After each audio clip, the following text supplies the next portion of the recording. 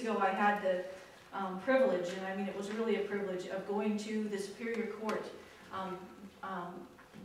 Most of you who were here probably remember Joyce Ellen Lippman, who was here last month and gave her talk about what they're doing here.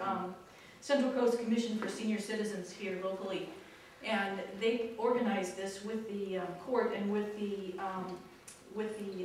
attorneys, the district attorney's office, and put together a forum that addressed what the courts on the Central Coast are doing to be more senior friendly. And they invited a few agencies to come. It was only just sort of a trial to see who was interested, whether actually people were. I was very impressed that all those that were there are so supportive and encouraging to the Latino community to start their businesses. That's great. You know, Latinos. The Vandenberg senior residence. And my neighbor was having some problems and didn't know who to get in contact with. And I happen to remember when I took care of my aunt, there was a medical supply in Arroyo Grande that would give the seniors through Medicare. Medicare would take care of the pads for the beds and put them down. And most of the people where I live now don't know anything about that. So I got in contact with Roy, who's in charge of that in Arroyo Grande. And we were kind of playing a little bit of phone tag because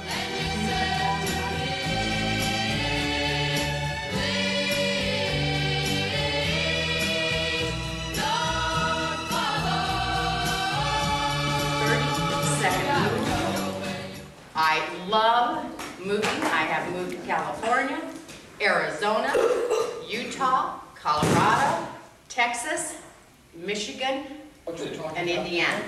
So for us, in your voice about Santa Maria, and oh yes, I agree, it's one of the best kept secrets on the Central Coast. Let's keep it there. yes, Hi, I'm Loretta Paoli. I'm going to put 71 years in 2 minutes. Anyway, became involved with computers when I was in college as a sophomore at Case Institute of Technology in Cleveland, Ohio. At that time, you could walk inside of a computer. My first computer was a UNIVAC 1.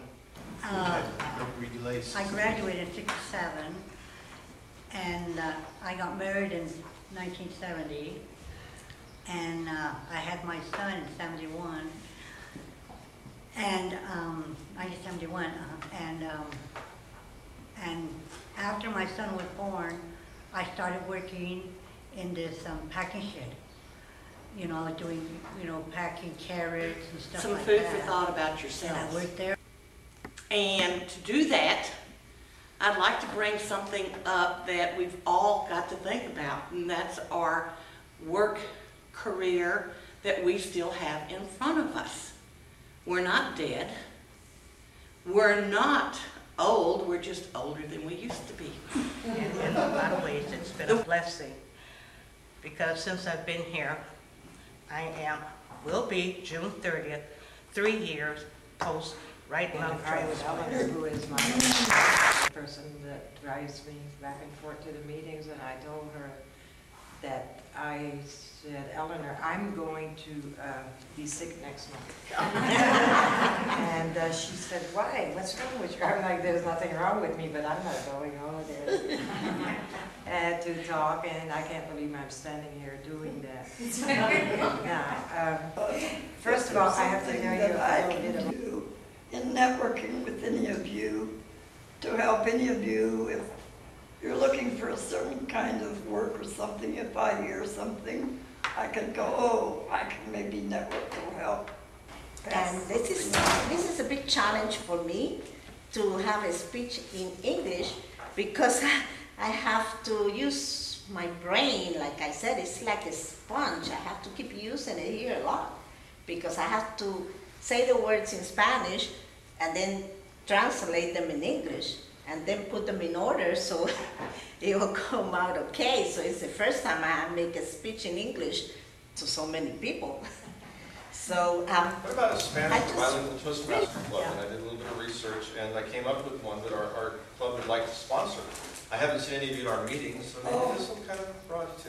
So I made an announcement. So Santa Maria's interested, Santa Maria Toastmaster Club is interested in sponsoring a bilingual Toastmaster Club in Santa Maria. The club will be created to help people improve their communication and public speaking skills in both English and Spanish. This will be a friendly, wonderful opportunity to practice your language skills in a friendly and supportive atmosphere.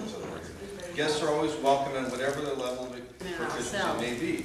That if we continue to press on, that we can make it through, and we are here now. It's imperative to know that. One thing I'm passionate about is smiling at people. I love to give a smile, even to people I don't know, because it's a gift for that day, you know, for that person.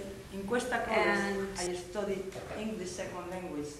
I do the class in conversation. I had the presentation also, speaker. And at that time, I speak from my own country, Madrid, capital of Spain.